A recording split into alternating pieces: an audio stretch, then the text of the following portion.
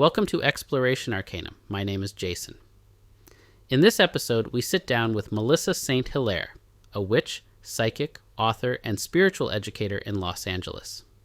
Melissa shares her journey into the world of witchcraft, debunks myths often seen in popular culture, and emphasizes the role of community in spiritual practice. This candid discussion also provides practical guidance for both beginners and experienced practitioners seeking to connect more deeply with their craft in today's society. I want to thank Melissa for coming on the show. I'll put links to her work and social media in the description below. If you enjoy this episode, please give it a like and subscribe to the channel for more esoteric conversations. Thank you. Casting circles beneath the midnight sky, incantations beneath the shadow. Melissa Saint Hilaire, thank you so much for joining me today. I really appreciate it. How are you doing? I'm great. Thank you so much for having me, Jason. How are you doing today? I'm awesome now that you're here. Awesome. So you're a total rock star, and I gotta say I've been loving your content on social media, so I really wanted to talk to you. Thank you. Tell me a little bit about how you got started in the occult. What's your background? Well, a lot of that boils down to growing up in rural Massachusetts, to be totally honest. You kind of can't help yourself if you grow up there. So my grandma, she was one of those people who she saw fairies and talked to the birds and knew what every plant and tree and flower was. So she raised me to kind of be a nature witch, even though she was technically Protestant and would have probably never called herself a witch, at least in front of me. That's where I started. You know what I mean? She would even do things like if I had a bloody nose, I was one of those kids who always had a bloody nose. I don't know why. It's just a weird thing. And she would be like, oh, you just need to take an iron key and put it on your back and it'll make it stop. I'm like, as a kid, I just took it for granted. But as a grown up, I'm like, that's pretty witchy. It reminds me of it was an oil that they used to give kids, and it was called witch hazel. Yes. And I was like, okay, you're a Baptist minister, but you're giving me witch hazel. We need to talk. Exactly. I know. I feel like so many different religions are way more witchy than they even want to acknowledge. I mean, so my one grandma was Protestant, my other grandma was Catholic. And when I think back on the times when she would drag me to mass, it's like, okay, they're waving incense down the aisles, they're burning candles, they've got holy water, you're eating the bread or body of Christ. I'm like, that's all four elements. That's witchcraft. Well, actually, that's actually an interesting point, because I've heard many of times that the Bible is a very powerful spell book if you know what you're looking at. Yes. The what was it? The Psalms and the Proverbs are what a lot of people, But tell me a little bit about how your practice developed. Do you consider yourself a part of a particular tradition? Are you more eclectic? What do you think? Well, I'm definitely more eclectic now, but when I started, I only really knew Wicca. You know what I mean? I was a kid in the early 80s, and I didn't have, of course we didn't have internet or much access to anything. So what I was able to get were little books at the local bookstore. And I kind of fell in. I'm trying to remember the name. I think it was just called The Wicca Handbook by Eileen Holland, I want to say. And that was sort of my gateway drug, if you will. So I started with Wicca, and that was my thing. And then I sort of but honestly, actually, when I really think about it, kind of started even earlier than that, because I was obsessed with, as a little kid, I was obsessed with the Greek mythologies and the Greek gods. Okay. And I would read everything I could. And then I became obsessed with, because of Tolkien, I became obsessed with Norse mythology and runes and things like that. And, but as a practice, I want to say Wicca was it for a while, until then I started to get obsessed with Egyptian magic, and as evidenced by my tattoo. Yeah. and I kind of dove into that, where I kind of like put Wicca to the side, because one issue, and I have nothing against Wicca. I love Wiccans. It's still my foundation, but I kind of discovered that I'm really bad at like routine. So and structure, and I found Wicca had too much structure for me. So I thought, I'm going to dive into Egyptian magic. Like, whoops, that's, it kind of blew up in my face, because I didn't have enough resources. I didn't have the know-how. I was trying to pick things together and like piece it together. And, however, even though it didn't work out really well for me, it was almost like the spells were too strong for me at the time. And then eventually I was initiated into a Hecatean coven. And then I also trained I trained in British traditional craft and also some ceremonial magic. Oh, nice. So it's sort of like over time, I took bits and pieces of all these different things and then kind of cobbled them together in what is my practice now, right, which is threads from everything, but it all kind of stems from early nature magic. That's my base go-to. I want to work with the elements, that's, but I also love sigil magic, which is of course chaos magic. I think most of the people I've spoken to have in some way incorporated sigils into their practice. I follow the work of Grant Morrison, and of course Grant Morrison is huge in chaos magic and sigils. One of the projects he's doing is the magic show with Richard Metzger, and he's doing a sigil for a specific tier of the contributors. He's going to do a magic spell for that person, and I was like, okay, that's totally cool. That's so cool. I know. That's awesome. I heard about that, and I immediately had to donate. I joined in on, they had like a webinar thingy. Yeah. And I was like, oh my God, I love all these people. Pleasant is in it, and she's a dear friend of mine. That's right. You're in there. I was in there too. Okay. Yeah.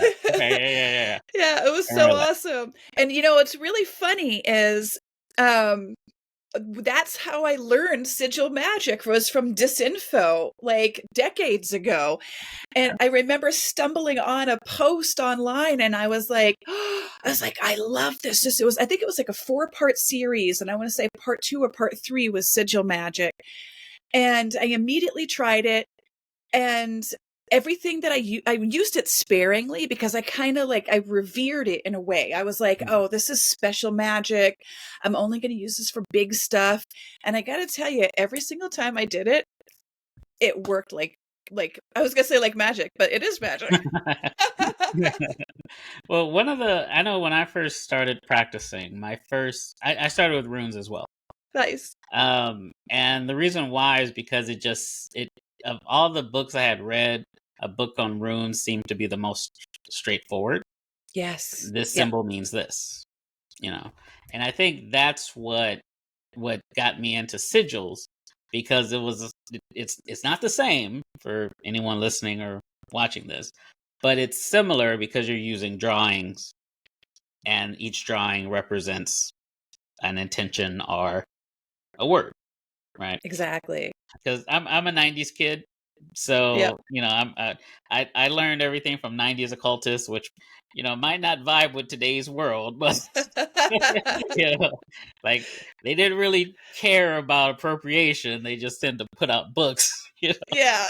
So, but tell me about your book, because it's called 30 Real Signs from the Afterlife. Tell me about that. Yeah. So, so I've been trying to write a book for years on my experiences with spirits. So ever since I was 3 years old, I have seen spirits, heard spirits, experienced them in some capacity. I have if you know about the clairs, I have all the clairs. Like I see stuff, hear stuff, feel stuff, smell stuff, taste stuff. It's crazy. And when I was a little kid, I thought it was kind of normal because I had my grandma, but then she had an aneurysm and I didn't have that influence anymore. So for a long time, I kind of just thought like I'm a weirdo. I shouldn't tell people about this.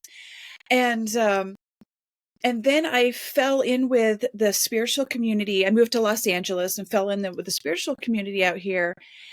And they were like, Melissa, you're a seer, you're a medium. And I was like, shut up. Like, what are you talking about? Crazy. And but then I started studying it, and yeah, it like I was like, oh my gosh, I am this I thought this was all in my head or something, but it's real. And so I devoted, I don't know, decades to practicing seances, ghost hunting, all this different stuff, psychic development. And I ended up having Callisto Media, Callisto Publishing reached out to me, and they were like, we need an expert to write a book on mediumship. And I was like, I'm your girl. I will figure this out. And what's funny is that when they reached out to me, I had about 4 or 5 different versions of a book in my drafts, because I kept changing my mind. I was like, should it be a memoir? Should it be a book of spells? Should it be a book of exercises?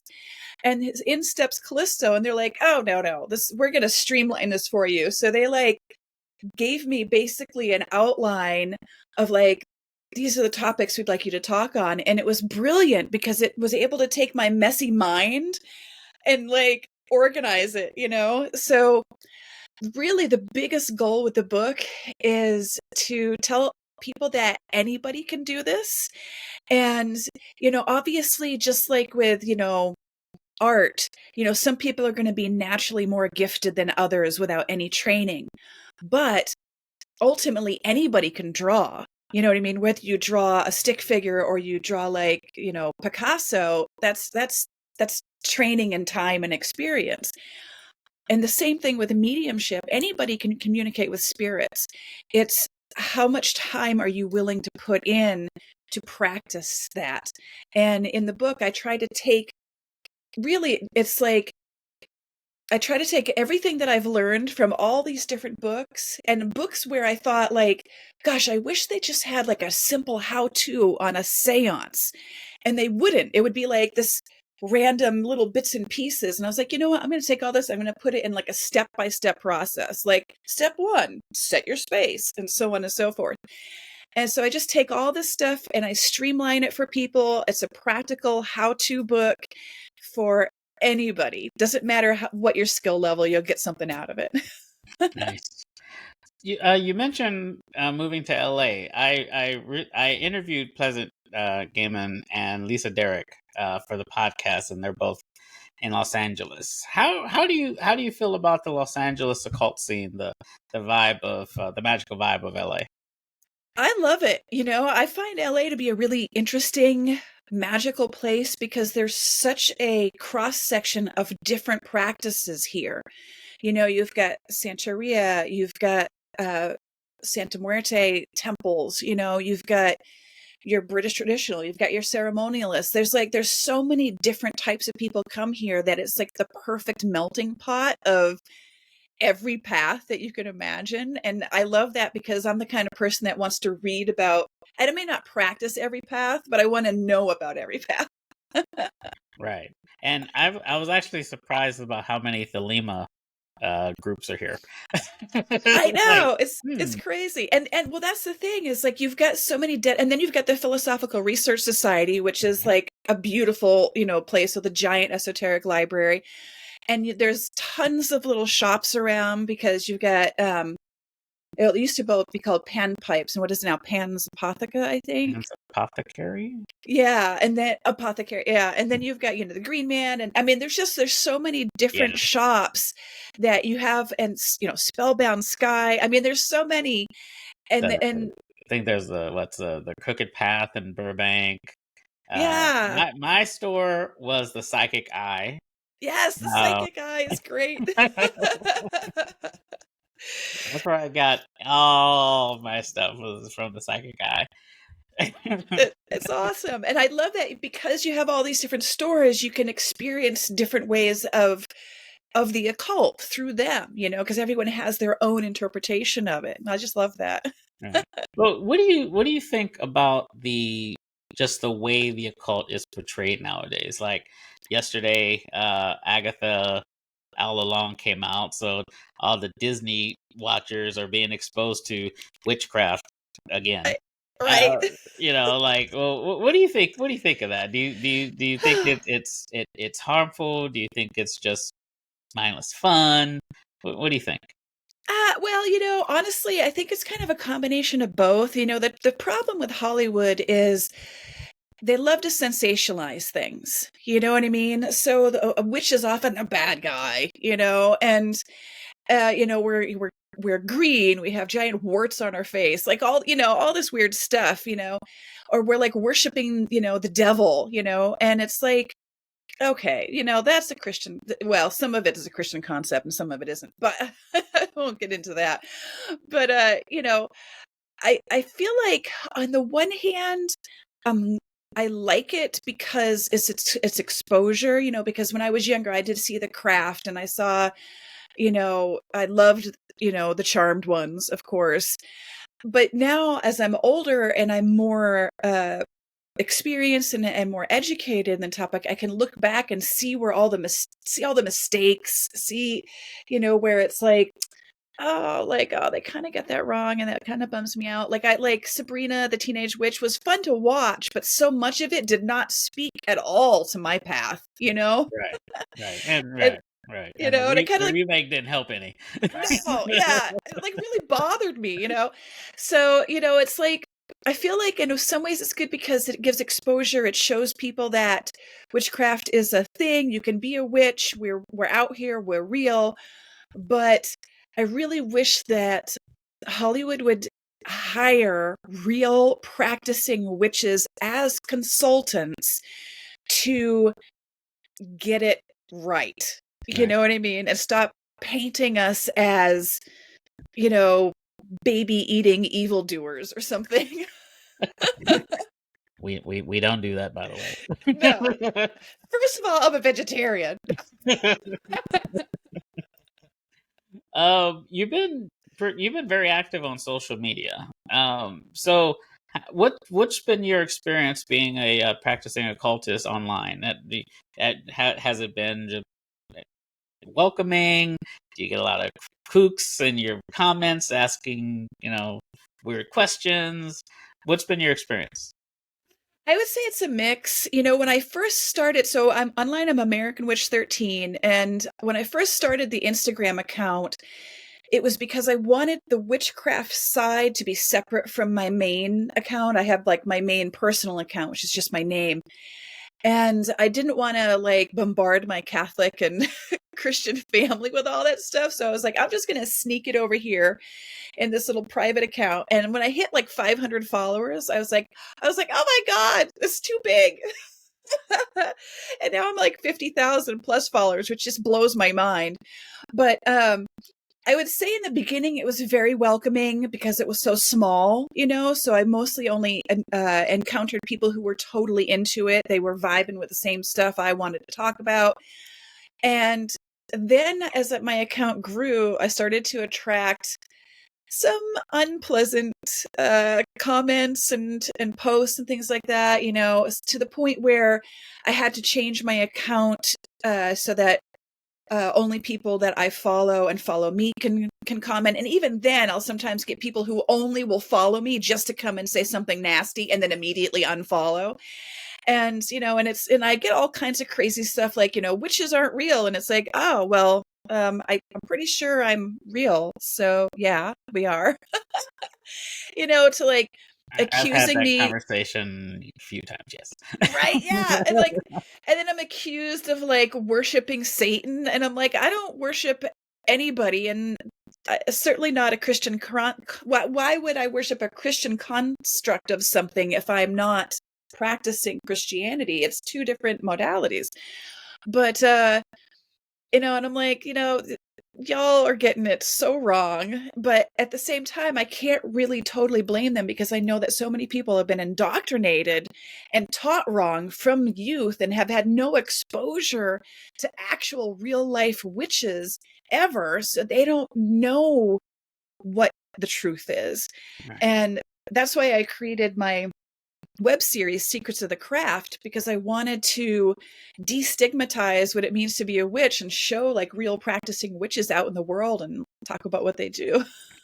Well, not only are you doing that, you also have courses that Yes. people can take. So tell me a little bit about those. Yeah, so I teach mediumship for witches, and the idea is that I blend spirit communication with spellcrafting, because I personally find that when I'm doing witchcraft, whether it's a spell to, for abundance or a healing spell or just a ritual for the moon, I find when I work with spirits, everything seems to be so much stronger. And vice versa, I find when I'm practicing daily, I find my mediumship is stronger. So I find that the two are just very interwoven and go hand in hand. I know not everybody likes to work with spirits, but it's like breathing for me. So, I incorporate, but I also incorporate, you know, um, planetary movements and the elements. So I kind of like put it all together in my giant cauldron. But the classes very much focus on developing your psychic abilities, working firstly with your main spirit guide to then help open the doors to other spirit communication, and then applying that to your craft. And I don't teach any particular type of witchcraft because my whole goal is that everyone should be able to apply it to whatever their brand of the craft is. And do you have a preference for solitary work or in groups? Like, do you feel that one works better for you than the other? Well, I do have to say that when you're working with a group, um, you can raise some insanely powerful energy. And, I kind of end up doing my work group in my classes because we're all practicing together. So we're kind of raising the energy together. But I also attend rituals and vision quests and whatnot at the Green Man store with the Ked Coven. And it's amazing the power that they raise there. And I've come away from that like crying or just feeling like I can float on air. But in my day to day, I'm very much a solitary witch. I tend to get very drained by group activities. I love people and I wish it weren't the case. You know what I mean? Like I would love to be way more social. I would love to be in a coven and do the thing every month. But when I tried that in the past, it knocked me out. You know what I mean? Like I don't have it in my physical being to be around a group all the time. So I would say I'm mostly a solitary witch with the occasional stepping into the coven. For people just getting you come across new people all the time, I'm sure, who are just getting into the occult. What would you say is the best place to start? Because like when I was getting started, there was no internet. There was Right. no, I couldn't log into a phone and talk to you. So I was just going to random books. So my library was everything from Silver Ravenwolf all the way to Aleister Crowley. So it was just all over the place, right? So Right. what would you say? Oh, wow. That is such a good question. I feel like, I mean, I got my start with books as well and very early, oh God, what did they call them? News groups or whatever, like the early internet. And then there would be like flame wars because someone would say something wrong. I mean, it was ridiculous. But, I got my start with books. But I have to say, it wasn't until I took a class at a witch store and found myself in community that I really started to blossom, because there's something about learning from an elder witch, someone who's been practicing decades more than you have, that gives you a certain type of insight and that you can't necessarily get from books. So I would say go to, like, if you can, go to a local witchcraft store, find a class, take a Witch 101 class. If you can't find a local class, there are tons of stores, including the Green Man, that teach online. So you can just take a Zoom class. And I find that's like a really good way to get started. But I would also say, look at all of the different practices, read everything, because you don't really know what's going to speak specifically to you until you dip your toes in it, and that's why I tried so many different paths until eventually I kind of just created my own little spirit craft. But I would say try everything. And I would also say, look into other modalities too, like energy healing or crystals or, things like that, because that might be your path. And I would definitely say read about protection magic from whatever author you prefer. There's a Ted Andrews book. There's, I believe, a Jason Miller book. But just read as much protection magic as you can, because that's the best way to start. and you're going to need it through your entire practice. Wow, Ted Andrews, that takes me back. Right? It takes me back. You know what? It was funny because my very first book was Norse Magic by DJ Conway. Nice. And that's how I learned about runes. Right. But I think, do you remember Amber Kay? Amber Kay, I don't. She wrote a book called True Magic, and this was Okay. like 98, 99, I want to say. And it laid it out very plainly. And what I loved about it was, okay, if you want to do this, do this. If you want to do this, do this. Actually, that's a good question.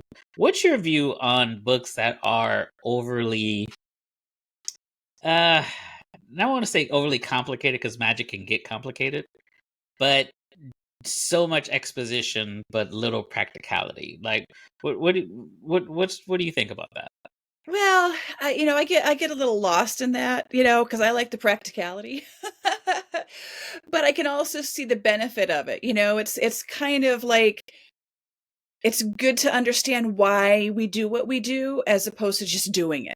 Mm-hmm. You know what I mean? Like, there's a story that one of my teachers said about, he's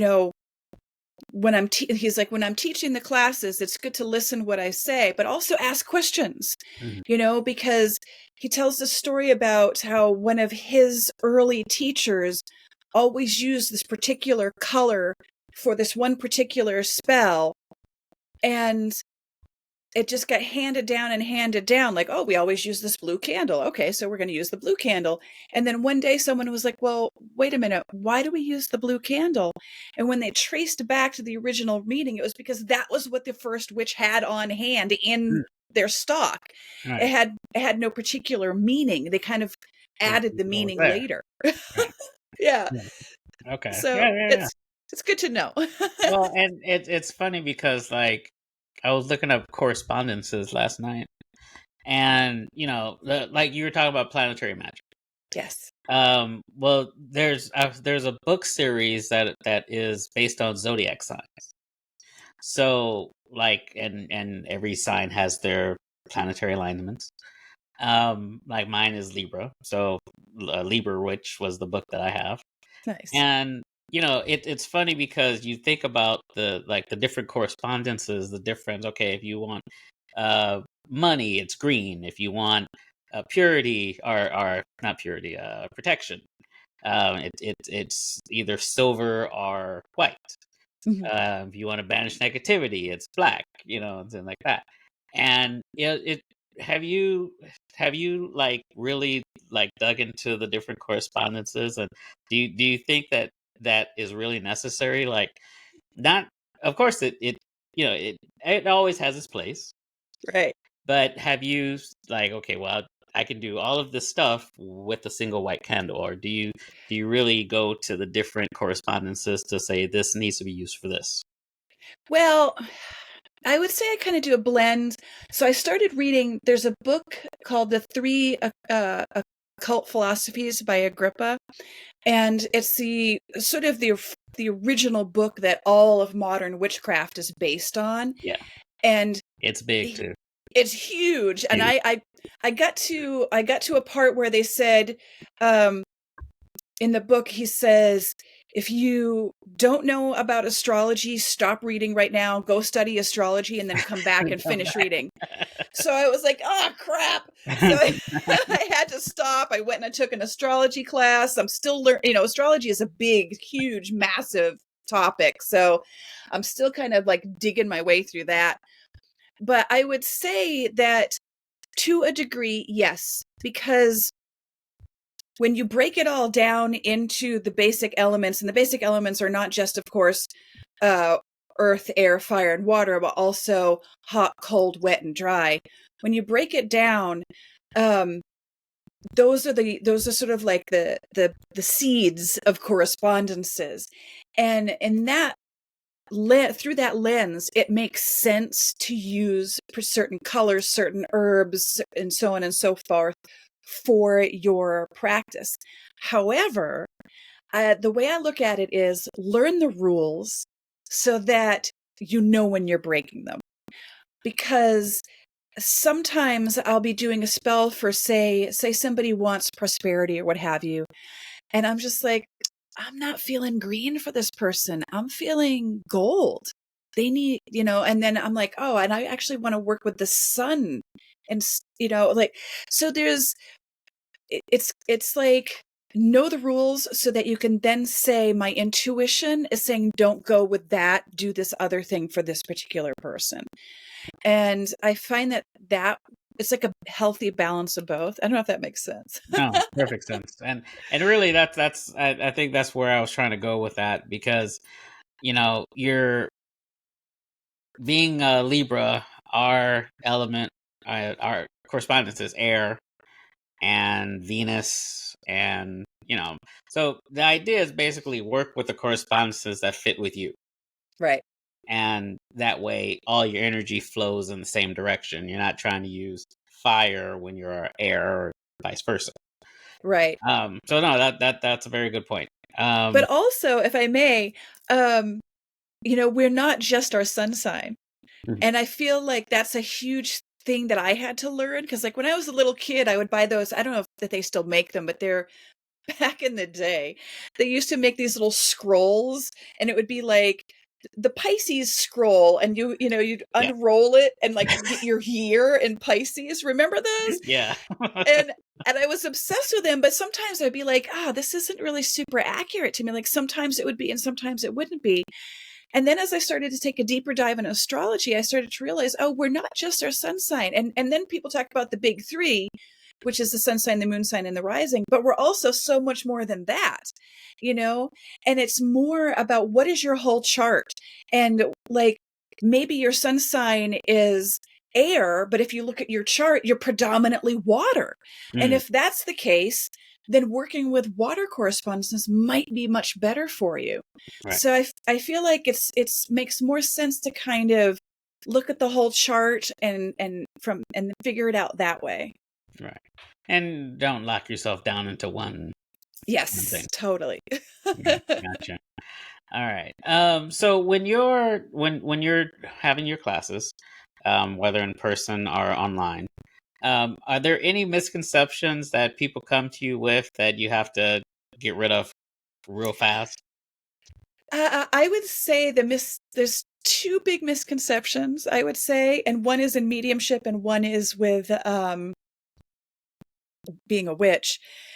With mediumship, it's that people think that they have to do it a particular way.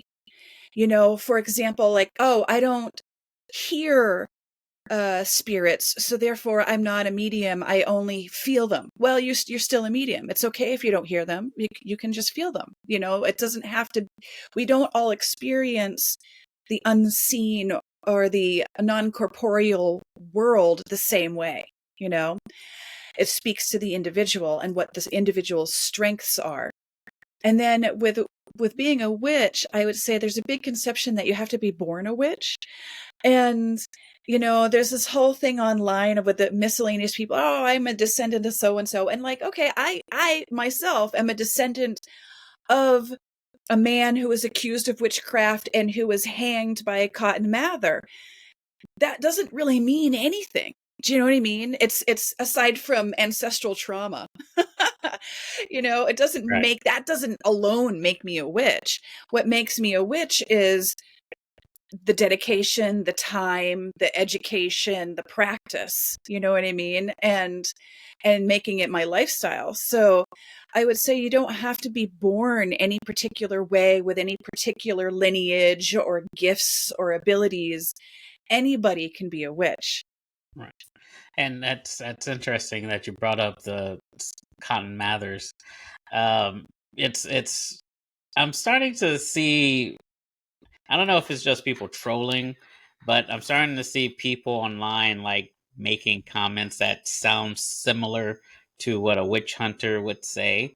And I'm like, are you just doing that because you know it bugs people, or should we be calling 911 right now? Right? Yeah. Like, or do you see that too, or Yeah, well, there does seem to be some weird stuff coming out online about I wouldn't say very anti-witch rhetoric, and I find it extremely disturbing. There's been, some political people and some religious people who have said things like, uh, you know, basically that would be we should be unalived, and it's like, okay, this is extremely problematic language because you shouldn't say that about anybody. So I do see that as problematic, and I do feel like witches I feel like to be a witch is to be political because we are oftentimes the target. And so we have to be aware, we have to be cautious, and we have to vote accordingly. well, no, and that's a good point, because I've also heard that magic and the occult is political for that very reason. And it does really, it's actually fascinating, because for a country that builds itself on its Bill of Rights, freedom of religion is in there, but it seems to be a one-way street for a lot of people. Like, we have the freedom to practice ours, not necessarily you. Right. Oh, it's true. I just got into an argument so I have a cousin who is she's very very Christian. I want to say, like, I think she's one of those evangelical ones, thinks the earth is like 6,000 years old, whatever. And I love her dearly. She's my heart, she's my blood, she's my family. But I disagree extremely with her religious perspectives. And I had posted something about how I don't think prayer should be allowed in school. I don't think that the Ten Commandments should be in schools, because it's offensive to anybody who doesn't practice that. And her attitude was, well, it should be because a religion is part of history, and so it should be taught from a historical perspective. And I said, okay, well, if you feel that way, then they should teach witchcraft too. And she was like, no, wait, not that. Not that. No, I'm talking like real religions, like Judaism, right. and Real religion. and I'm like, well, you can't pick and choose. That's not how this works. It's either all of them or none of them. And you cannot just say, I disagree with this particular religion, so that one doesn't count. No. You know what I mean? Like, sorry. Yeah, exactly. It's freedom for everybody, people. Yeah. All right. So, Melissa, where can people find you if they want to follow you on social media, and our YouTube, any other places you'd like to let us know? Yeah, so I'm American Witch 13 everywhere. My main account is Instagram, but I also periodically use TikTok and Facebook. I do have a YouTube account. I've been real slow about I was like locked out of it for about a year. Finally got back in, and I've been real slow about setting it up. So I also have a website that I have to also update. But that's also AmericanWitch1313.com. Awesome. Well, Melissa, thank you so much for taking the time. I really appreciate it. Casting circles beneath the midnight sky.